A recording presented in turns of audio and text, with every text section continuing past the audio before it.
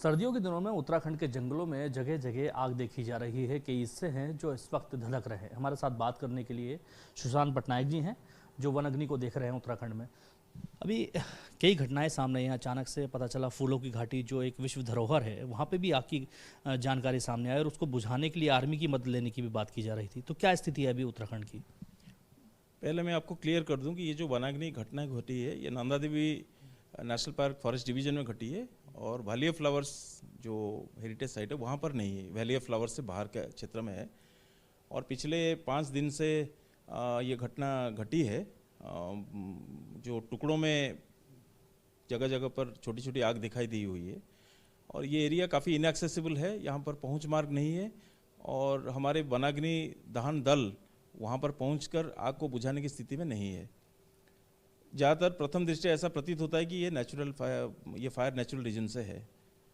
जब आग के बारे में हमें पता चला उसके बाद में प्लानिंग हुई और डीएम चमोली ने आपदा प्रबंधन विभाग को लिखा, हेलीकॉप्टर सर्विसेज के लिए वन विभाग में ने भी लिखा और कल इसकी रेकी की गई इस एरिया की।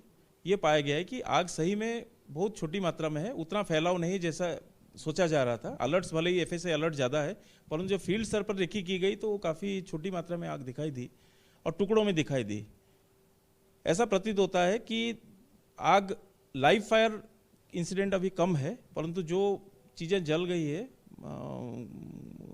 ग्राउंड लेवल में सरफेस फायर के रूप में उससे उठा हुआ धुआं केवल हमें आसमान से दिखाई दे रही है।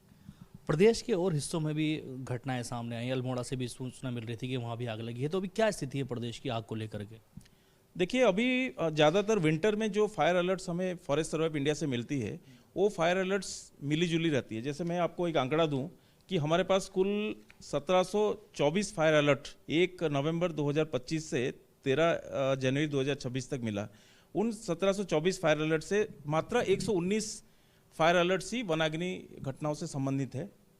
260 कंट्रोल बर्निंग और फायर ड्रिल वनाग्नि सीजन के दौरान फायर ना लगे इसलिए हमारी जो फायर लाइन क्लियरेंस है, कंट्रोल बर्निंग एक्टिविटीज है वो सब किया जाता है। 260 घटनाएं उसी से है। 690 नॉन फॉरेस्ट एरिया में हीट ये फायर अलर्ट्स मिली है जहां पर ग्रामीण क्षेत्र में एग्रीकल्चर लैंड में कूड़ा और ये आड़ा जलाया जाता है, एग्रीकल्चर रेसिड्यू जलाए जाते हैं उससे संबंधित है। और 655 फॉल्स अलार्म है। जब हम फील्ड में गए तो वो फॉरेस्ट फायर की घटना या फायर की घटना नहीं थी।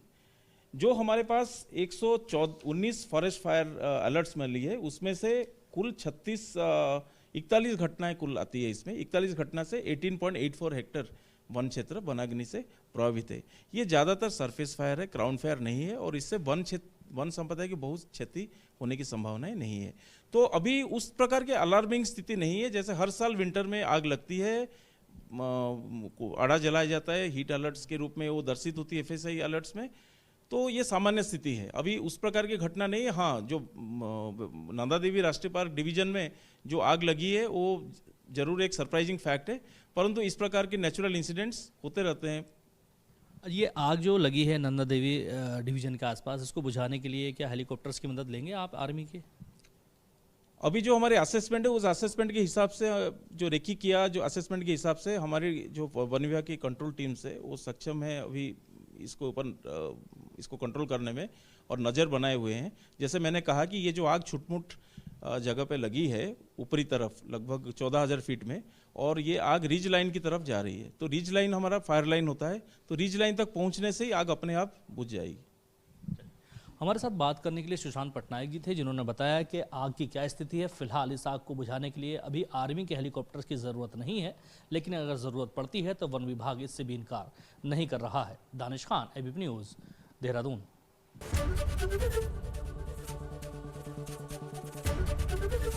एबीपी गंगा, खबर आपकी, जुबान आपकी।